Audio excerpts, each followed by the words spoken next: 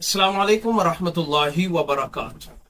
आज मैंने एक खबर देखी और एक खबर को पढ़ने का मौका हुआ।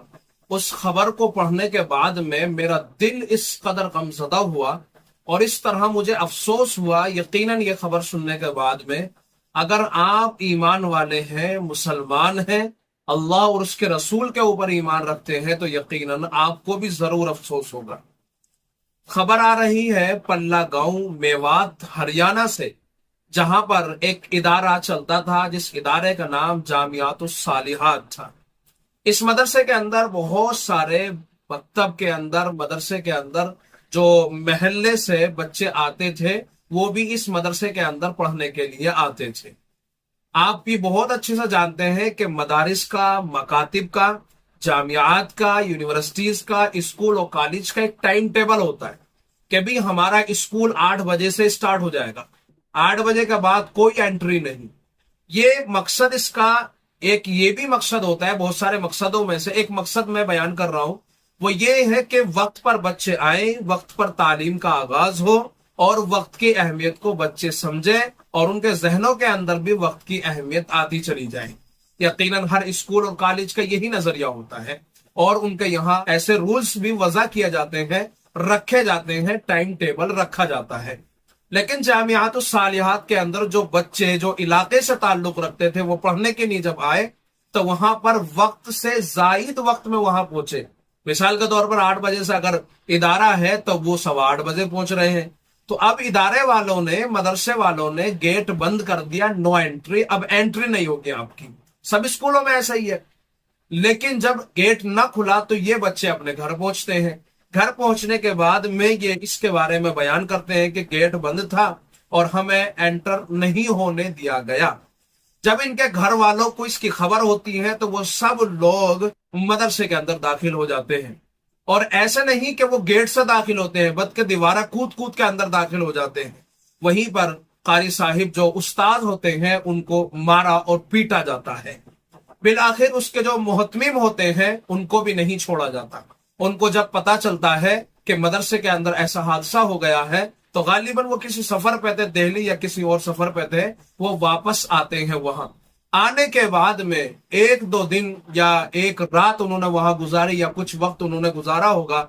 उसके बाद में जब वहां से वो रिटर्न होने लगे, वापस होने लगे, तो इन लोगों ने फकत इतने पे बस नहीं किया कि उस्ताद के ऊपर हमला कर दिया और उनको कत्ल करने की कोशिश की, मारने की कोशिश की। उनको फकत इस पर हमला, फकत इस बात के ऊपर उन्होंने इक्तिफा नहीं किया, बल्कि उन्होंने आगे चल के क्या किया ये समझने वाली बात है। मदरसे के मोहतमिम हजरत कारी साहब जो उस मदरसे के जिम्मेदार थे, जब वो वापस होने लगे तो कुछ लोगों ने इंजीनियरिंग कॉलेज जो वहां पर बना हुआ था उसकी एक साइड में ये लोग घात लगा करके छुप कर के बैठ गए। जैसे ही हजरत कारी साहब वहां से निकले तो इनमें से 8 या 9 लोगों ने कारी साहब के ऊपर ताबड़तोड़ हमला किया, सख्त हमला किया इनके ऊपर, जिसके नतीजे के अंदर कारी साहब के दोनों हाथ तोड़ दिए, कारी साहब का सीधा पैर तोड़ दिया। आप फोटो में देख सकते हैं। ये हालत की है किस कौम ने? ये मुसलमान कौम ने हालत की है। गैरों से तो कोई गिला और शिकवा नहीं है, वहां तो मोबलंचिक हो ही रही है, वहां पे तो मारा और काटा जा रहा है, उससे कोई मसला नहीं है, कोई सरोकार नहीं है, वहां तो है ही गैर। लेकिन यहां अपने हैं। ये वो है जो रसूलुल्लाह सल्लल्लाहु अलैहि वसल्लम की शरीयत के पाबंद हैं।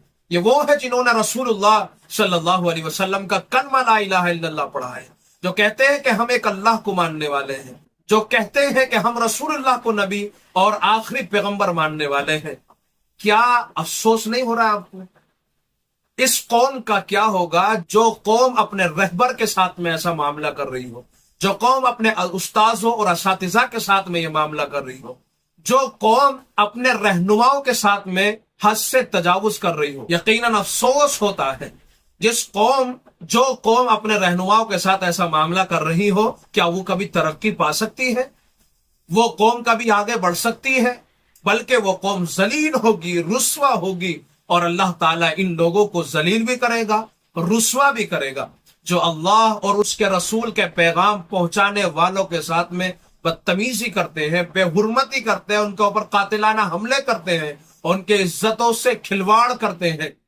याद रखो, अगर यही सूरत हाल रही, यही रवैया इख्तियार किया जाता रहा, तो फिर कोई हमें दीन सिखाने वाला सामने नहीं आएगा, कोई हमारी रहनुमाई करने वाला सामने नहीं आएगा, कोई हमारी रहबरी के लिए सामने नहीं आएगा, कोई हमें सीधा रास्ता नहीं दिखाएगा। किसी को क्या जरूरत पड़ी है अपनी जान देने की, किसी को क्या जरूरत पड़ी है अपने बच्चों को यतीम करने की, किसी को क्या जरूरत पड़ी है अपनी बीवी को बेवा करने की। यकीनन किसी को कोई जरूरत नहीं है, हर शख्स अपनी जान को महफूज करना चाहता है। तो कोई पागल होगा जो इस तरह कदम उठाने की कोशिश करेगा। याद रखो मेरे अजीजों, मेरे प्यारों, इन उलामा की कदर करो, नबी सल्लल्लाहु अलैहि वसल्लम के वारिसीन की कदर करो, अल्लाह और उसके रसूल के पैगाम पहुंचाने वालों की इज्जत करो। अगर ऐसा ना किया तो चंद सालों के बाद हमारी नस्लें यहूदी बनेंगी, ईसाई बनेंगी, नसरानी बन जाएंगी, गैरों के दर के ऊपर झुकने वाली बन जाएंगी, अल्लाह से नहीं बल्कि गैरुल्लाह से मांगने वाली बन जाएंगी। इसलिए इनकी कदर करें। अफसोस होता है, सद अफसोस होता है।